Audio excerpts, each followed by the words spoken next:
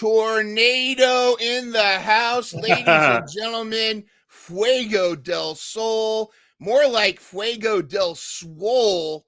Dude's been eating his Wheaties. Look at the guns. Fuego, how you doing, buddy? I'm like a broke toenail. I'm barely hanging on. No, I'm having a good time. It's snowing really, really bad here in Oklahoma at the moment, which we haven't got any snow all winter. So it's the first big snowstorm. So I'm just trying to stay warm. But luckily, when you're Fuego del Sol, it's pretty easy.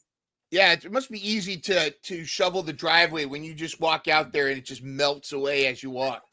Exactly. You know, walking fireball. It's a good time. It's a good day.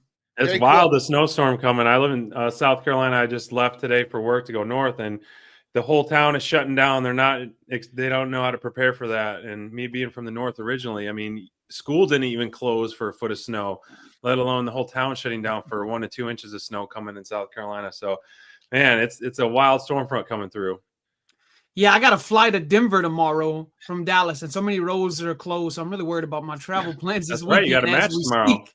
Yeah, so we'll see what happens there. But definitely wish me luck and good vibes tomorrow. Yeah, I wouldn't wish anybody any trips at the airport at this point. I mean, even when the weather's clear, the airport's been pretty rough lately. But heading to the Mile High Land for tomorrow, and then of course next weekend at PW Adrenaline. And I understand now it's a tag team match. You and by the way, let's throw some F's in the chat or some tornadoes in the chat for Fuego in the chat. Let's get the chat going here. We got tornadoes. We got fire and tornadoes. Everybody blowing it up. Very cool. I love. By the way, I've been a huge fan of your Twitch stream. I love the new digs here versus the old. The old one seemed a little more confined, but I got your Funko Pops representing, and always a good time if you get a chance to check out Fuego's Twitch streams. It's always a good time. I appreciate that, man. I enjoy doing them, and it's just a good way to connect and a fun way for people to see my personality. You know, I'm playing games, I'm talking about wrestling, I'm watching wrestling, so I always appreciate that shout out. If you get a hype train, you never know. Fuego might get jiggy with it a little bit. Might bust it out. How's our little Fuego doing? How's the oh my goodness, man! They canceled school today because of the snow, so they've been sledding all day. They've had a great time. They've tired themselves out. Yeah, it's been a good day for the little Fuegos. They've sledded and played in the snow all day long. So they've enjoyed themselves today. Very, very cool. Awesome. Well, we're super excited to have you with us and super excited to chat with you. I huge love your story. Love the way that you were able to. Of course, I first saw you on Sammy's vlog, and the way that that moment, of course, when Sammy came out with the contract. I mean, Niagara Falls, man. Great. Everybody was loving that. But again, that's just the beginning, and I do feel like. Do you feel like in this time right now that whether you're with a program like AEW or WWE or working the independents with social media and the way, are we kind of in that wrestling renaissance now, or getting into it where independent shows are becoming so much bigger themselves? I mean, guys like Matt Cardona out there just showing that you can make the grind without having to be signed anywhere. And of course, if you're a superstar like Fuego, I mean, your star shines bright everywhere. Oh yeah, without a doubt, we've been in a new boom period the past few years. It's funny though, because I feel like pre-pandemic, you had independent wrestling companies that had more buzz, right? So you only had like a select few top independent companies that would like actually get buzz. Now, since the birth of AEW and wrestling being on 5, 6, 7 days a week, pretty much at this point, I think it's harder to get buzz in that sense, but there's plenty of places to work. Yeah. I think now with the WWID program, you don't even have to have major buzz on the indies. If you attend the right seminars and just keep grinding, you never know you could get picked up, even if you don't have the big name value that you think is necessary, that used to be necessary to get signed. It's a good day. You never know. One AEW show could come to your town and you can get on AEW Dark and you could be signed the next week. Same thing. You could do one Gabe Sapolsky seminar and get signed to WWID next week. It's a great time to be an independent wrestler if you put in the work and put in the grind. Absolutely. Yeah, with social media, like nothing goes undocumented like these days, which is the good, the bad, and the ugly with a lot of stuff. And so you could take it and run with it. A lot of people have been doing that. And it's funny because the beginning of our intro video of our show at the end, there's back when we were at All Out in Chicago 2021, QT Marshall makes a shout out to Dynamite Download. And on the panel, it was part of Sammy's vlog. It was you, Marco, QT. I think Alan was there. It was like Griff, Sammy. Yep. Aaron so, Solo like, was our behind last thing QT. there. And so it's almost like looking in a crystal ball of like, now you're on our show. Marco was on our show. QT was one of our guests on our show. And so almost like trying to get all the guys. We've had Griff on our show. So, and all people like we love to watch and support. And, you know, our whole show has been spreading positivity and spotlight on these. It doesn't have to be the superstars, or just we love to see the small, like the growth. Like your story was so fun to follow, and the crowd renaissance, the crowd tornado that got behind you every time you got in the ring, whether it be on Dark or Dynamite or anything. And it was just so fun. And that's how we really just back in the early days of AEW, we were like, man, this is just so fun to root for, and it's just such a great story. During your time in AEW, and I guess now, like, who are some of the main key mentors that were really helping in your corner that we might not necessarily have thought obvious, like a QT or someone like that? Well, yeah, there's definitely some obvious ones, you know, Cody Rhodes being a big one, QT Marshall being a big one.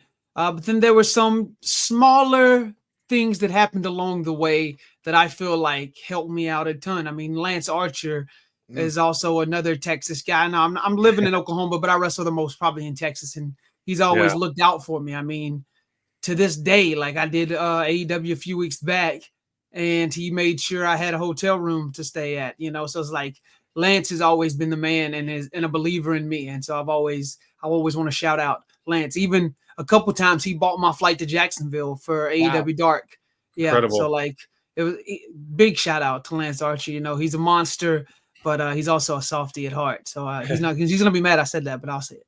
Well, no, we had him on our show a few months ago and love talking about. We've been trying to get him on a show for I feel like years and had to do the old AEW media dance for a while, and then finally worked out, and it was just great. And those are stuff like you don't know. Like he's not doing it for the praise, you know. He's doing it because he loves you and the guys and the support and loves wrestling. So that's a really cool thing to hear about him. And he's been one of Dynamite Download's favorites for sure ever since we started. Just watching his awesome dominance in the ring and his story. And when we talked to Griff, same thing. Griff, you know, Lance took Griff kind of under his wing as well. And so it's really cool to see that kind of stuff like none of us would never know about. Absolutely. Brian Cage, another one. Like he's always been in my corner. We wrestled each other back in like 2017. And I remember taking him to the airport and talking to him a little bit.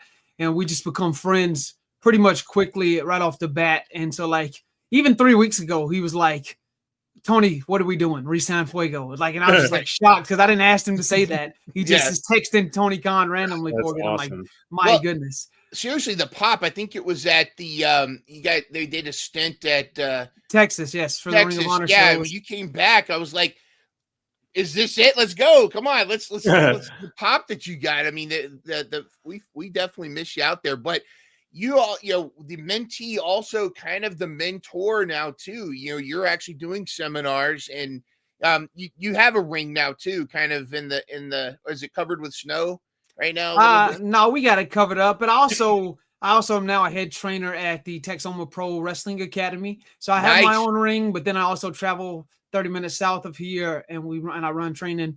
Me and a couple independent guys, as well as D'Lo Brown occasionally. We all teach at the Texoma Pro Wrestling Academy. So I constantly am in the ring during the week, helping guys out, teaching guys. I love passing down the knowledge. I've been so fortunate and so lucky to be around some phenomenal names in wrestling. And so I let people know, I'm like, none of this is coming from my own head. It's something that I learned from someone who's done something in this business. And I love passing it down because I think so many things slip through the cracks when it comes to not only independent wrestling, but TV wrestling. And I just find so much enjoyment when I just recently, I mean, this is crazy because some people hate the flips and stuff, but I just had a student learn how to moonsault for the first time. And I remember just lighting up with excitement because like he never done a backflip before in his life. So to go from never doing a backflip within months learning how to moonsault off the middle rope. Incredible. It was awesome. It was a pump of adrenaline and a dopamine hit that I very much enjoyed. It's almost as fun as wrestling sometimes, helping a student learn something new. It's like your kids growing up. Yeah. You must feel like that too when you see somebody that you've trained, like when they have a killer match and you're backstage and you're just like, yes, it's almost like you're out there too. Absolutely. I mean, even just becoming friends with great wrestlers. I remember before anything on Dynamite, because me and Sammy Guevara have been friends for years. I just remember watching that first Dynamite. I was at my real job and I made sure that the TVs were on at the real job because I needed to watch him wrestle Cody. And I just remember feeling like living partly vicariously through him and being so proud of him because it felt like I made it too, just because he made it. So it's like there's sometimes when you have a personal connection with a wrestler or a trainee or a friend and you see them succeed, man, it's always a great feeling. I want to focus on you. I do want to talk about you and Sammy. One of the things that we noticed is that sometimes Sammy gets a lot of unfair hate. Like there's like, you know, where, and it's silly, but what I love is Sammy's attitude where he's like, hey, you could boo me or not. I'm going to just shut you up in the ring. You know, that attitude. And he was at our Norfolk show and he was wrestling Brian Danielson, but we had a whole section that was booing Daniel Bryson and cheering Sammy. It was great. And almost to the point where Brian kept looking over at us like, what's going on?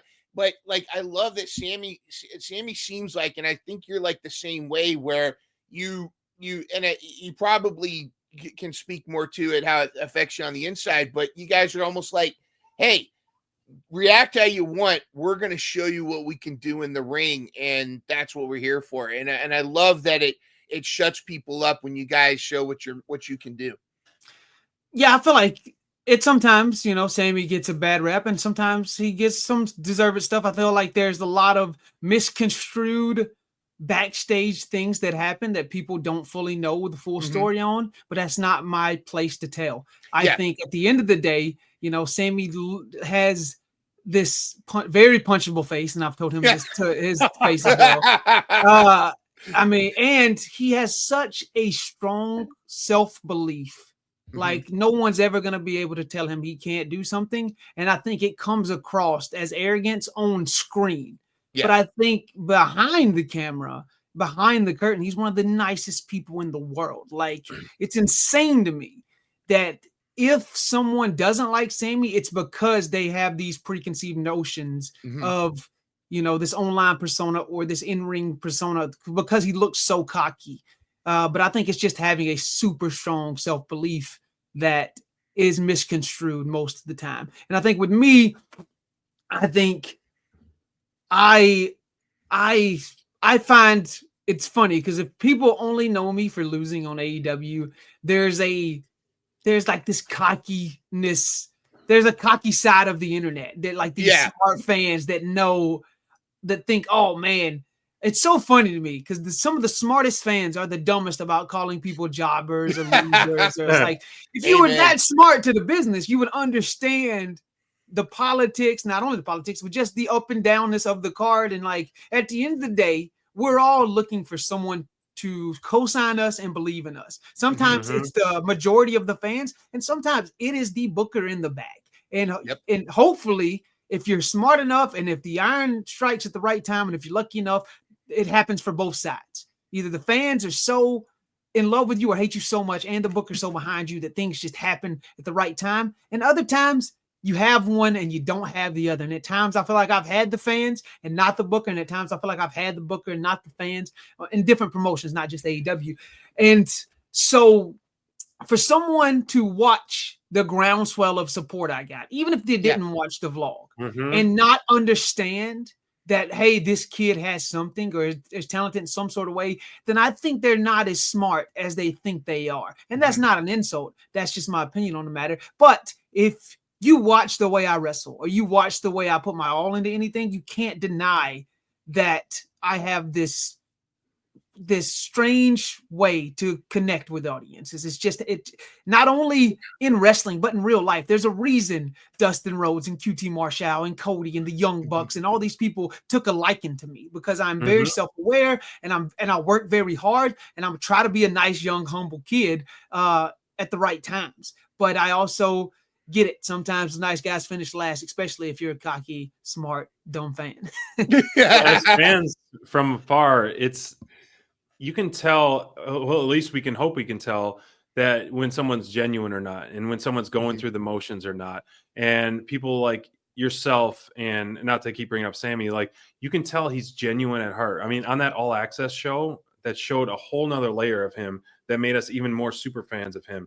But like some people will phone it in, which in certain sports, not just pro wrestling, they'll phone it in. But the passion, you can't teach that, and you can't hide that, whether you're getting booed or cheered. Like you can see the raw emotion on people like yourself and others. And that's, to me, like the smart fans will always see that. And that's why the groundswell of support, I feel like, really started in AEW, and you heard it and you felt it. And it must have been such an amazing experience to have that tornado start as a little F1 and then ended as an F5 essentially on the high notes when you were in that time in AEW. And it was a really cool rise. Yeah, I think, me and Sammy and the boys joke all the time that that saying is very true. It's like you wish you knew that you were in the good old days as they were happening. But that time during the pandemic and right in 2021 when we went back on the road, I feel like everything was just hitting on all cylinders, man. And people got to see just how genuine and how raw the emotion was the night I got signed, because I cried in front of millions of people on TV, which a lot of people joined me in the waterworks that night. So it was a good thing. Yeah, I just had allergies, man. I just had allergies. It wasn't anything. It was yeah, man. Miro kicked me in the nose. I wasn't even I was just, you know how your eyes water, kicked in the nose. Like I couldn't. Yeah, it was one of those. Not many people have gotten contracts for any job live on TV. So, I mean, it had to be one of the highlight moments. But like, what is do you like turn into tunnel vision? You almost like black out, like you can't believe this is happening. Like when your best friends is literally rewarding you for all the hard work in front of everybody. I mean, like what's going through your mind there? Yeah, I remember, I started going to AEW in May of 2020. I did one show in May, like one show in August. And then in October I came, and that's when, they started booking me constantly every week after October. And so from October to when we went back on the road in July of 2021, I watched so many guys come in on Dark and get signed backstage. They just got signed, either offered like tier 0 deals, which they don't get the All Elite graphic, but they still got signed, or they got fully signed on TV. And I'm talking about so many people. And I just felt like I was getting passed up, and I felt like my talent wasn't getting the recognition I felt like it deserved. And I was racking my brain on like what I needed to do. And the closer we got to going back on the road, the more I thought, oh my God, they're not going to do it. They're not going to sign me. Right. I remember going to the Young Bucks office and just asking Nick, like, hey man, I don't know how to talk to Tony, and I don't want to be rude and interrupt him. But like we got 2 months left here in Jacksonville, and I'm worried I am not gonna continue with you guys. What do I need to do? And I remember he immediately was like, you know what, I'll go talk to Tony right now. And they went and talked to Tony, and unfortunately the word was like, just keep doing what you're doing. But that's not what you want to hear when you're in the middle of the grind. You want to, if you tell me, hey, to get better, I'll figure out a way to get better. Give me some type of direction and I'll work my butt off to go that way. And I just felt like everything I was doing was working with the audience, but I felt like it wasn't getting the recognition it deserved backstage, at least by the upper brass. And so to finally hear Sammy's music play after that Miro match, it's like I had 40 something matches and I couldn't even get on television for a dark match. Like I never even wrestled, like I never got squashed on TV.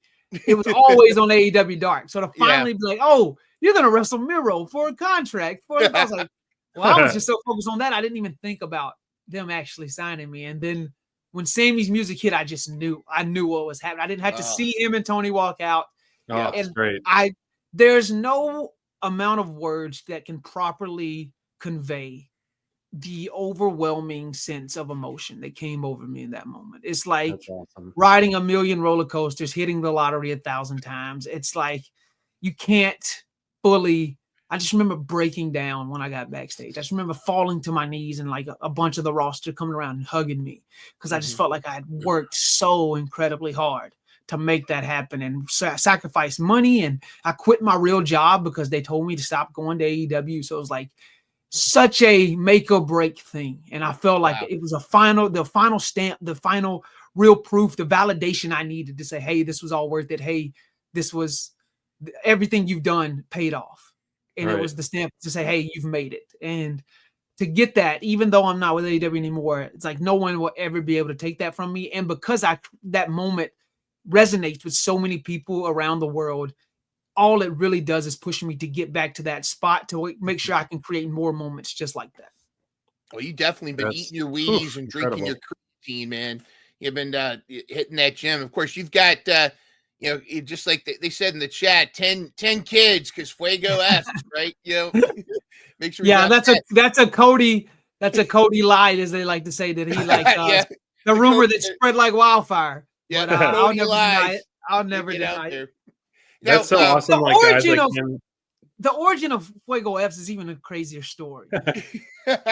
Because I'm gonna tell it real quick. Just because the night after the first Blood and Guts in Jacksonville, we were all in Cody's office. Me, QT, Sammy, Cody, Aaron Solo, and then out of nowhere, JR walks into the room. And JR is talking and all of this. And JR made some type of comparison of like, man, once I was talking about the match, it felt like once this big moment happened, it should have finished. The match should be over after this big moment, right? He made the comparison talking about, once you blow your load, it's done with, right? Hey, we roll over, go to sleep. And Cody then jokingly says, yeah, Fuego, you wouldn't know nothing about that. And I was like, you're the one who made the joke, I got 1,000 kids. And I said, Fuego F's. And then like the conversation keeps going. And then eventually JR leaves. And as soon as he leaves, there's like a 3-second silence. And then Cody goes, Fuego F's? You said that in front of the voice of a generation? And like the whole place pops. And like, and then he was like, well, you got to say it on the vlog now. So I made sure when the moment arrived, I said it on the vlog. And it took off from there. That's all. Hey, did we ever make that a T-shirt? How come I did, but I told the person to put on the T-shirt. It's supposed to say that, and then it have a pregnant lady and a bunch of babies on the T-shirt. With a Fuego mask. Yes, and there was no pregnant lady on there, so it's just Fuego F's and a bunch of babies on the design, and I was like, ooh. This doesn't look good. This is not right. Yeah, that's a little Pizzagate-ish there. That's a little different. I mean, there's a few people that have those T-shirts out there, but no, I took it down, I think, off the website because I was like, this is just a weird. If you don't know the context for any of this, it doesn't work. But it's very funny. Because that was the thing, right? I was so quiet backstage. When people found out I had 3 kids, everybody was shocked. Everybody was like, what? I was like, you're so young. I was like 24, 25 at that time. I just had my 3rd kid. So yeah, everybody was just like blown away at that time. Man, that time at AEW was just so packed. Like, obviously, it's no secret. Like, selfishly, AEW, and we miss Cody Rhodes, and it's so awesome to see where he's at and what he's doing with WWE. And to have those guys in your corner and your friends and mentors in that time, like, it just seemed like such a fun time. The early days of the vlog, you guys, traveling and goofing around and stuck in one spot and making the most of it. I came down to Jacksonville, I think twice for a show when you guys were running some shows, like early on when you started to open up a few fans at the Daily Space. It was a great time.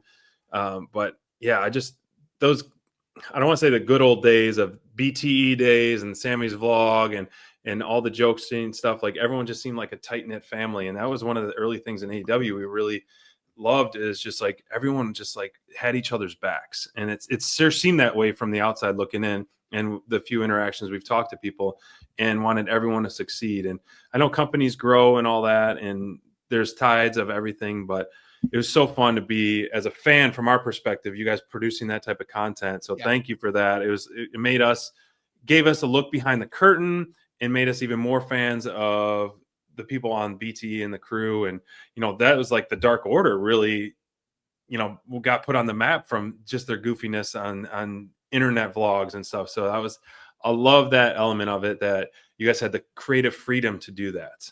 And did you like look forward to it? How did you guys come up with like skits and random stuff, or just kind of free flowing and then Sammy edits it and puts it all together? Yeah, I mean, a lot of times it was, what can we do this week? How can we extend it this week? And then, QT, the best part was because, like, if we could translate it to Dark, kind of like how Cutler and Avalon translated theirs from BTE to Dark, we never knew. Like, we started teasing this match and never knew if we were going to be able to ever book it, right? We were going to do it on the indies. We were like, after about 3 or 4 months of building it, Tony had to have the blow off. Yeah. Yes. And like QT was a babyface at the time. So it was like, it didn't make sense that he was a heel on the vlogs. So we were going to book it in Atlanta somewhere close, like at an indie. And Tony Khan heard of this idea and was like, hell no, we're not. We're doing this on Dark. And I was like, oh, snap. Okay. But Sammy gives me a lot of credit as the idea guy, because I would just come up with skits left and right. And there's some people you don't have to come up with things for. Like Dustin Rhodes is an improv machine. So like we would just roll camera and whatever would come out of his mouth and my mouth, we would play off each other. Sometimes we would break, sometimes we would create magic. Like sometimes you don't need, and like at the end of the day, Cody was playing such a serious character on TV that he loved to be a little goofy, a little wild, a little crazy.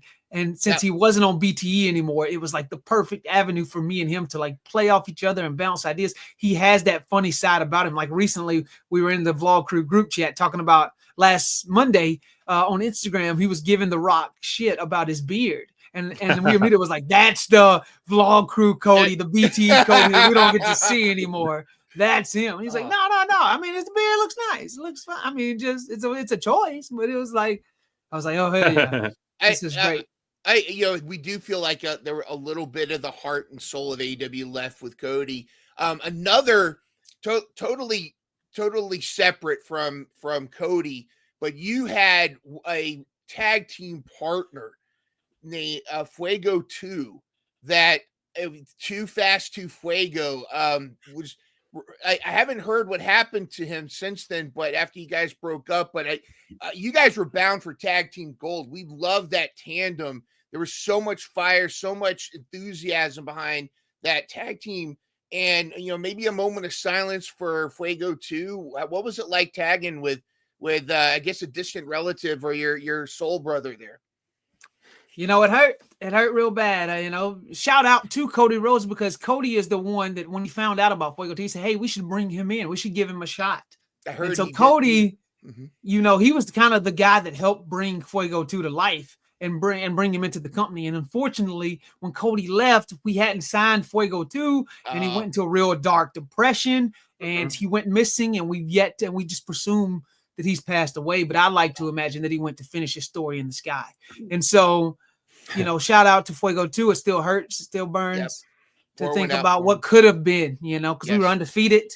And oh man, what a fun time that was too. It's so funny because Fuego 2 was getting cheered so much, right? And like people didn't know that Cody Rhodes brought him to life. And Cody was getting booed at the time on television. See Cody getting booed, but Fuego 2 getting so cheered. I just felt like if we would have told people, hey, Cody's the one who brought Fuego 2 in, we could have fixed a lot of things. It was very funny, the dichotomy of that and how things played out. But definitely big shout out to Fuego 2.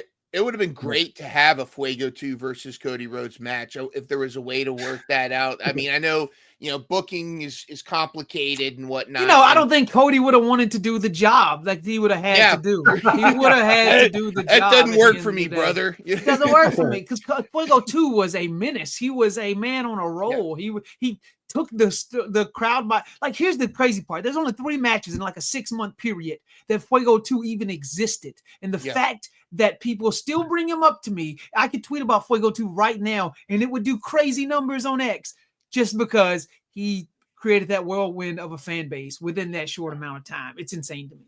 Moment of silence for Fuego 2. Be with us in our hearts. No, I love I'm someone who likes to set goals, and I like that you posted recently some of your goals for 2025, GCW gold, adding 20 more pounds. Um, so I got to talk about, you touched on Fuego Del Sol. What has changed in your regimen, your eating habit? Like, I like to hit the gym a lot, and it's not easy, especially if someone has a high metabolism, to put on those extra pounds, especially if you're burning a lot in the gym, or in the ring too. What are you doing differently training wise to try to hit some of these goals you got for 2025? This is the funny non sequitur, but I was at AEW a few weeks back, and Daniel Garcia and me and QT were standing in a circle backstage talking. Yeah, hit the dance for one time. Danny's a good friend of mine. And Daniel Garcia brought up to QT about how good of a shape that QT's got himself in, and QT said a real funny line of like, "Oh, once you get rich, it's real easy to get in better shape." And I said, he's got a point, right? I think for the longest time, I was just undisciplined. I was super disciplined about getting ring time and trying to become a better wrestler, but I wasn't disciplined in the gym. And at the end of the day, you got to lock in. And I feel like, Facts. to be a complete professional wrestler, and Cody's even talked about the body shaming thing a couple months back. To be a complete professional wrestler, you got to put in work in the gym. You want to be on TV, you need a TV body, as they say. And the best way to get a TV body is to lock in and be just as disciplined as you are about being better in the gym as you are about being as good in the ring. And I just was so undisciplined. I would go 2 days a week, or 2 days here, 3 days there. I would be great about it for a couple weeks, and then my diet would be garbage. When I sat there and just locked in and started drinking my protein shakes and going every day, I slowly, even it was just after 4 weeks, I saw like a giant leap in my physique. And I was like, oh, if I just lock in and stay disciplined, I can make this happen. But Whataburger tastes so good. I mean, and like convenience, right? Yeah. But meal prepping is a hassle, and it's expensive, and it's not fun. And I think convenience is king in this day and age, right? Mm-hmm. We have such short attention spans. We want everything right now, immediately. And it's more fun to you get that quick, immediate satisfaction and gratification if you get what you want and it tastes good. You'll worry about the after effects later.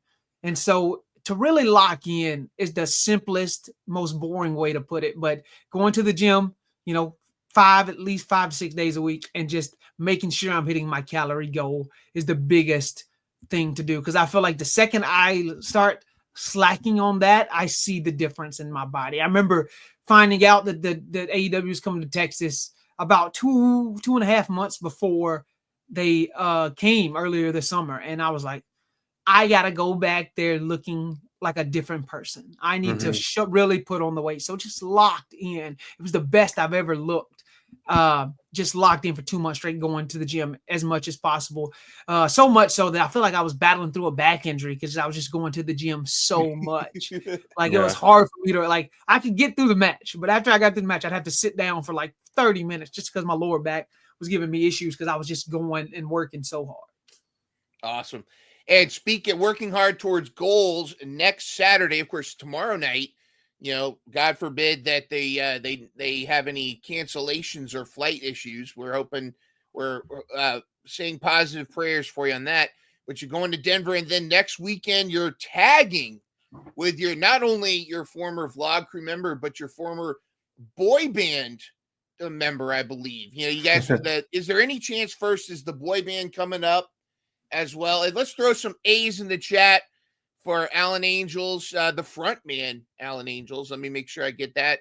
Now, this was originally going to be a 3-way, and then now it's a tag. Of course, swerves happen all the time in wrestling. How you feeling about this? And will this lead to some future collabs with the vlog crew? There'll definitely be cameras out and about. Alan Angels did some politicking to make this a tag match. So Dakota and Hunter, they better be ready. Because when the vlog crew gets together, it's going to be a crazy, wild time. Me, Alan, Marco will be there. We tried to convince Aaron, Griff, and Sammy to come, but Sammy's got a big signing that week. weekend, so he can't be there. But man, we'll definitely have some vlog crew shenanigans going on, and I will be putting some stuff up on my YouTube channel about it as well. So definitely stay on the lookout for that. Looking forward to it. How does it feel that, now Marco, who I always felt like he could have been, if Marco turned heel in AEW, and he could have You always say that. Like X-Pac had his the X Factor, he could have gotten like Lance, Brian Cage, he could have formed a heel faction. I thought it would have been great. But now dudes involved with Pro Wrestling Adrenaline, and talk about, main event stars. You've got Fuego, you got Mr. Politics frontman Alan Angel there too. Looking forward to this new promotion. It's got to be exciting when a friend of yours has got a promotion going like that. Oh yeah, big shout out to Marco Stunt for helping making this happen. Like, man, I know, he took a real big hiatus from pro wrestling for about a year and a half, and like AEW came into Mississippi and he got to have that collision moment against Jack Perry, and it really reignited his fire for pro wrestling. And so he started helping with Pro Wrestling Adrenaline, and I'm super pumped that I get to go and see him next weekend and be a part of everything that they're growing at Pro Wrestling Adrenaline. I'm really excited about it. That was such a great pop. Now, before your match tomorrow night and next Saturday, you have to face one opponent tonight, right here, before we let you go, because it is now time for the Dynamite download, Fast Five.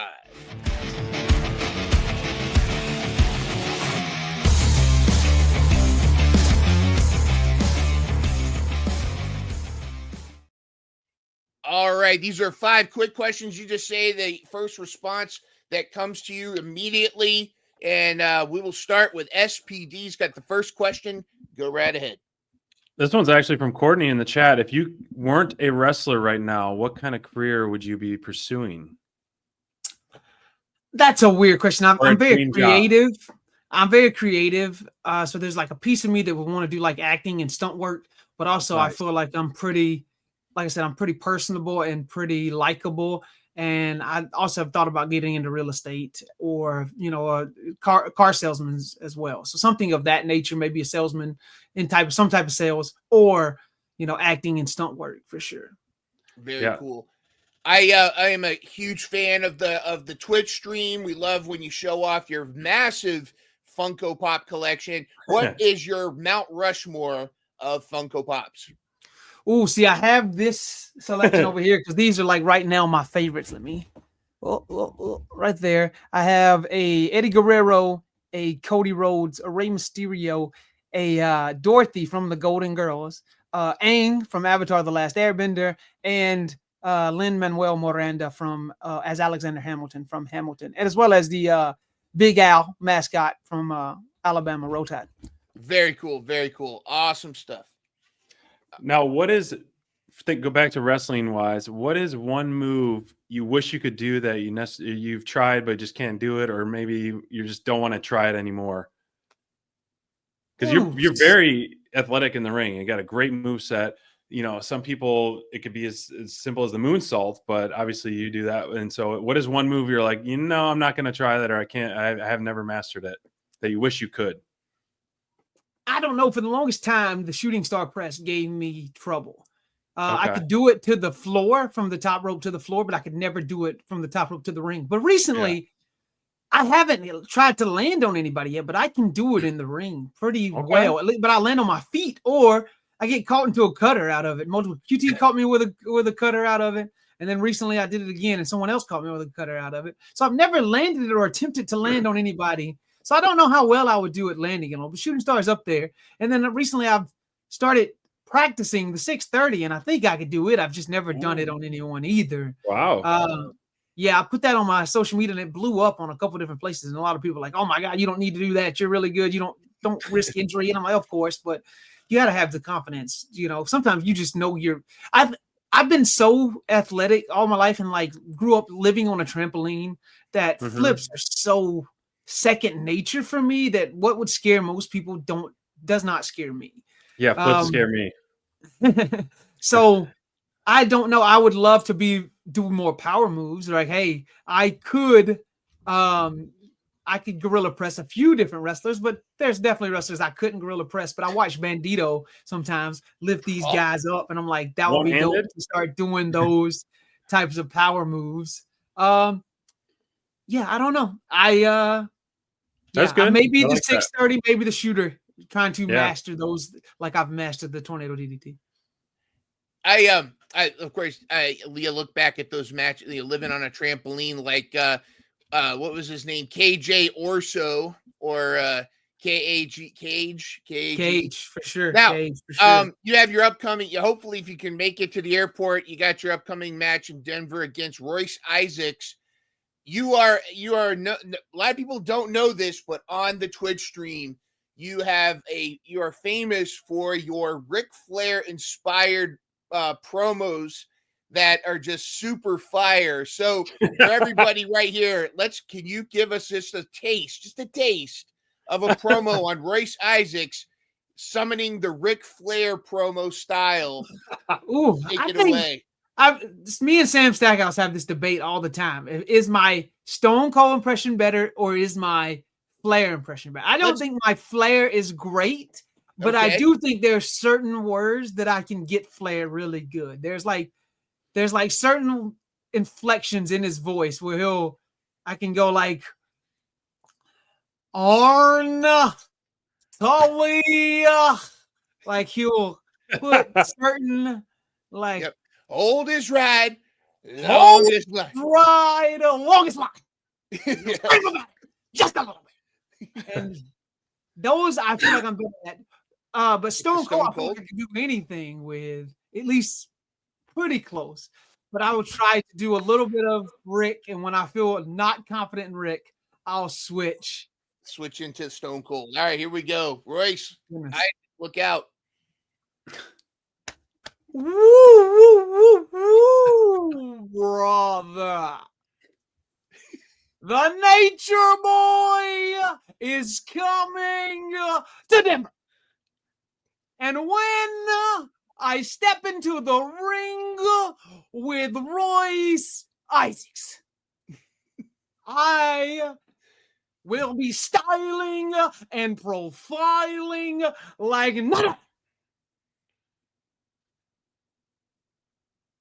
When I hit that tornado DDT, I'll look over, kissing the girls and making them cry.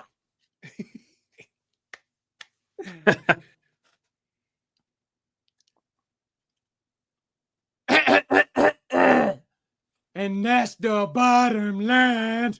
You know, Stone Cold Steve Austin, when it comes to Denver, he's going to open up a can of whoop ass on Royce Isaacs.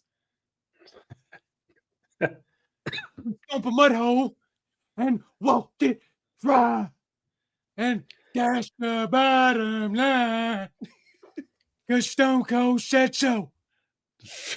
A little bit of both. I won't say they're perfect, but I'll give myself a 6 or 7 out of 10 on both of them. That is great job. I'm feeling a little under the weather today, but I'll take him. That's great. Awesome. All right. Actually, I think under the weather enhanced the Stone Cold a little bit. 10 stars, 11 you think stars. you're gonna be Steve Austin? Have you seen the this Stone isn't a Cold question, ET? but have you seen the Stone Cold ET? Of course. Stone Cold ET coming out there flipping the bird. Oh, right? gosh. I've actually got to team up with Shark Boy a couple times too. So we've went back and forth with Stone Cold impression a couple times too, which is hilarious. Brilliant.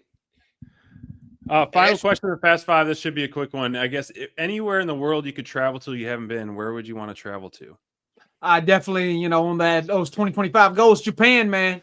And like I would already felt that way. Like I keep in touch with Shima, who used to be signed to AEW, and I would love to go over there for GLEAT or DDT or New Japan. I will figure out a way to make it happen this year. That's definitely number one for me. And then it was just only enhanced by watching Wrestle Kingdom and Wrestle Dynasty. I feel like my fire, no pun intended, would translate well to the Japanese audiences, and I would love to absolutely give that a go. That would be tremendous. Let's book Fuego versus Shota. I could see that would be tremendous. There's so many. Who would you want? Who would be your dream match in New Japan? Oh my goodness. I mean, Tanahashi. I mean, you can't really say. Let's Course, just, I definitely would go juniors though. Probably like Yeah. Hiromu Takahashi would Mhm. be up there for me. I would love to wrestle Zack Sabre Jr. of course as well, but I'm Ooh. trying to think more of the Japanese style. Yeah. Naito. Somebody's the chat Of saying course, Naito. the legends, of course. Like there's like the certain, but The like juniors. Shingo Takagi, I feel like Yep. me and him could like just me trying to like he's just so tough and he's so good right now. I would just love to step in the ring with Shingo, but there's like a ton. There's so many El Desperado, Despy. I feel like me and him could do some fun stuff.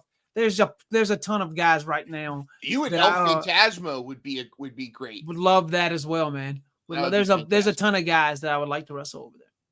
Oh, Fuego versus Yep. Everybody's saying, Naito. Yeah. Ishimura. Oh my God, Taiji Ishimura would be definitely a big dream. Yes, for sure. All right, let's book. Hey, you heard? Hey, let's get Tony Khan and let's get everybody go tweet Rocky Romero and just let him know that we need Fuego in New Japan. He is like the international like ambassador. He makes it all happen, man. Love it. We need Fuego in the junior division. Exactly. Robbie Eagles. Okay. Oh my God, cool. Would be great. Would be great. As well as Francisco Akira, which would be fun as well. Would love that. Hey, have you done already on your Twitch or your YouTube? Have you done a recap of Wrestle Kingdom or?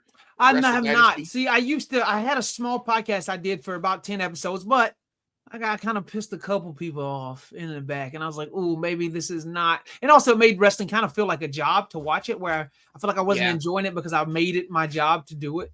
And so, but I did put up some thoughts about Gabe Kidd and Omega on X. So if anyone's interested, definitely go check out the tweet. Absolutely. Fuego, it's great to talk to you, man. We'd love to have you back on. Thanks for donating so much of your time with us.